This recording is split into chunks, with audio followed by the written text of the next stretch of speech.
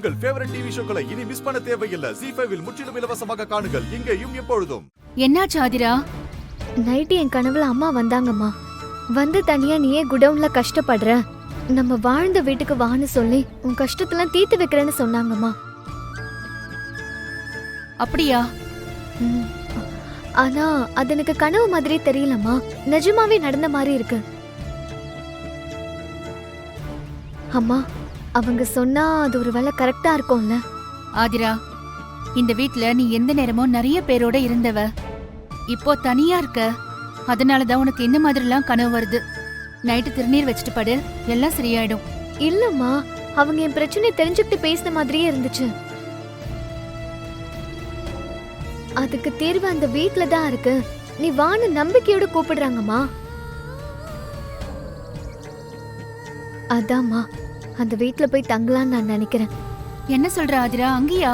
ஆமாமா, எப்பவும் வராதவங்க நேத்து ஏன் திடீர்னு என் கனவுல வரணும்?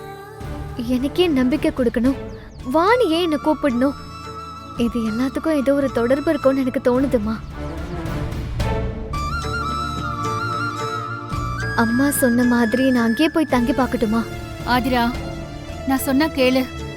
நம்ம யார் மேல ரொம்ப பிரியமா இருக்கமோ அவங்க கனவுல வர்றது சகஜம்தான். அம்மா சாகாம நம்ம கூட இருந்தா நல்லா இருக்கும்னு நம்ம அடிக்கடி நினைச்சிட்டு இருப்போம். அதான் கனவா வரும். அதுக்கு கேள்வியும் கிடையாது, விடையும் கிடையாது. அதனால மனசை போட்டு குழப்பிக்காம இரு. இல்லம்மா, நீ அந்த வீட்டுக்கு வா, உன் பிரச்சனையெல்லாம் தீர்த்து வைக்கிறேன்னு உறுதியா சொல்றாங்களே. ஆதிரா, நீ எப்ப பார்த்தாலும் பிரச்சனைனே இருக்க. அதுக்கு ஆறுதலா கனவு வரதா செய்யும். அது உன்னோட கற்பனை. அதுக்கு இல்லம்மா. நீ எதையும் யோசிக்காத. கோயிலுக்கு போயிட்டு வந்தா எல்லாம் சரியா போயிடும். வா வா ஆதிரா. ஓ, ஆதிரா இங்க இருந்து ஓடுறதுக்கு பிளான் பண்றாளா? அதுக்கு முன்னாடி நான் ஒரு பிளான் பண்றேன்.